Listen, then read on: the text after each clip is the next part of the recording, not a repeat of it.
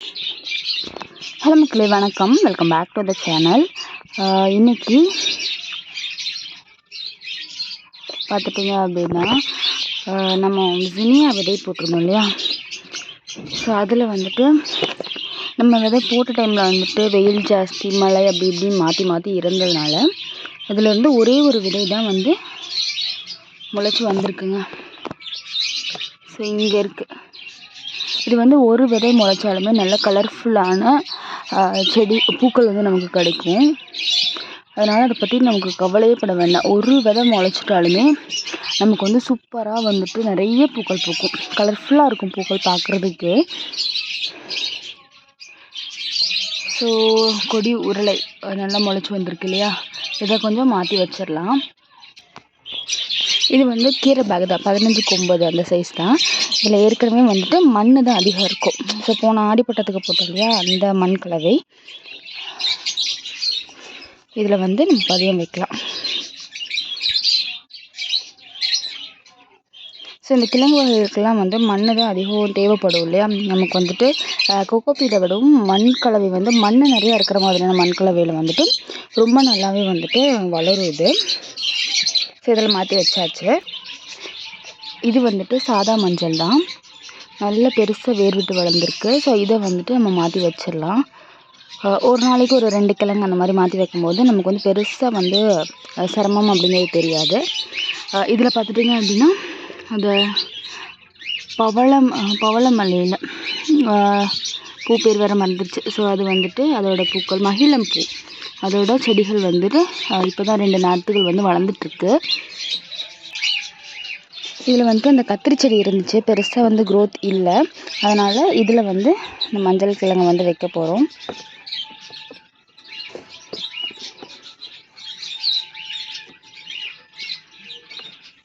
So அந்த வேர் வந்து damage ஆகாமல் உள்ளே போகிற மாதிரி பண்ணிவிட்டு பக்கத்தில் அந்த கணுக்கள் இருக்கு இல்லையா. ஸோ இந்த கணுக்கள்லாம் வந்து மேலே தெரியிற மாதிரி மண்ணை போட்டு முடிக்கணும். ஸோ இது பக்கத்தில் இருக்கிறது எல்லாமே பார்த்திங்கன்னா வாடாமல்லி நாற்று. நம்ம வந்து அந்த பூவோடு தூக்கி போட்டோம் இல்லையா. ஸோ அது சூப்பராக வந்து நாற்றுகள் வந்து தயாராகிட்டு. ஸோ இந்த மலையில் கத்திரி வந்துட்டு சூப்பராக வந்து மறுபடியும் செகண்ட் ஜென்ரேஷன்னு சொல்லலாம். நல்லாவே வந்துட்டு பூக்கள் நல்லா இலையெல்லாம் தளன்னு வச்சு பூ பிஞ்சுமா போட்டிருக்கு. ஸோ இதுலேயுமே வந்து நல்ல க்ரோத் இருக்குது. ஸோ பூக்கள் வந்து வச்சுருக்கு. இது எப்படி வந்து காய் ஆகுதுங்கும்போது காய் அறுவடை பண்ணும்போது நான் காமிக்கிறேன். இந்த மலையில் பார்த்துட்டிங்கன்னா பிரண்டை வந்து ரொம்ப ஸ்பீடாக சடன்னு வளருது.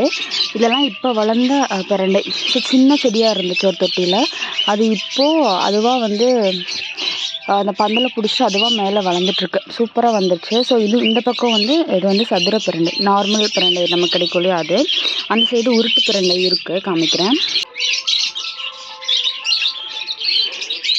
ஸோ இது வந்து ரொம்ப ஸ்பீடாக சூப்பராக வளர ஆரம்பிச்சிருச்சு. பந்தலும் பிடிக்க ஆரம்பிச்சிருச்சு. இது வந்துட்டு செடி அவரை. இதில் வந்து விதைகள் நம்ம வச்சுருந்தோம். அதில் வந்து மழை தண்ணி பட்டு அது எல்லாமே வந்து முளைச்சி வச்சிருச்சு. இதையும் வந்துட்டு இப்போ மாற்றி வைக்கணும் நம்ம.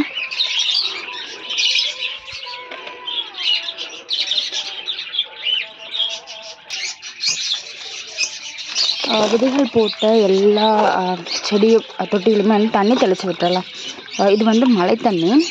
ஸோ இது வந்து இந்த டப்பு மேலே வச்சனால அதுவே ஃபுல்லாக மழை தண்ணி நிறைஞ்சிருச்சு. இந்த தண்ணியை வந்துட்டு நம்ம இந்த மாதிரி விதைகளுக்கு வந்துட்டு யூஸ் பண்ணும்போது ரொம்ப சீக்கிரமாகவே வந்து வளர்ந்துட்டுருக்கு. ஸோ இந்த மழை தண்ணியை வந்து இன்றைக்கி நம்ம வச்ச கிழங்கு, அதுக்கப்புறமா முந்தா நேற்று போட்ட விதைகள், இது எல்லாத்துக்குமே வந்து ஊற்றிட்டோம்னு வைங்களேன், சீக்கிரமாக அதுக்கான க்ரோத் அப்படிங்கிறது வந்து ஸ்பீடாக இருக்கும். ஸோ நீங்கள் இனி மழை வந்துச்சு அப்படின்னா இது வந்து தண்ணியை வந்து சேமித்து வச்சுட்டு ஸோ அதிலிருந்து இந்த செடிகளை வளர்க்குறதுக்கு ட்ரை பண்ணி பாருங்கள்.